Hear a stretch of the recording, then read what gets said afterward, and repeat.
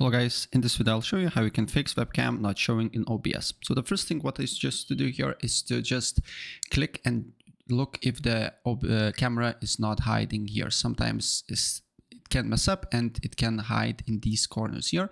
So if it's hiding, just mark it and then drag it to your recording here. Another thing that it can help, you just need to go to help and then look if there is no updates here. Another thing that you can do here is to just completely close OBS and then look for OBS here and make sure to run as admin and look if the camera is here or not.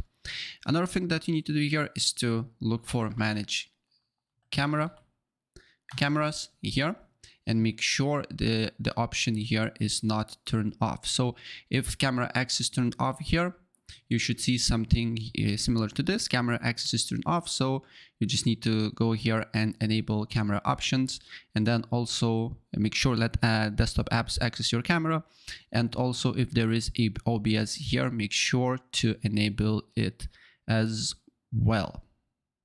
And if it's not working, then go to your video capture and remove it, and then just need to add it again and look if the camera showing or not. And that's pretty much it. So if I help you out, please press like and subscribe for more. Take care. Bye.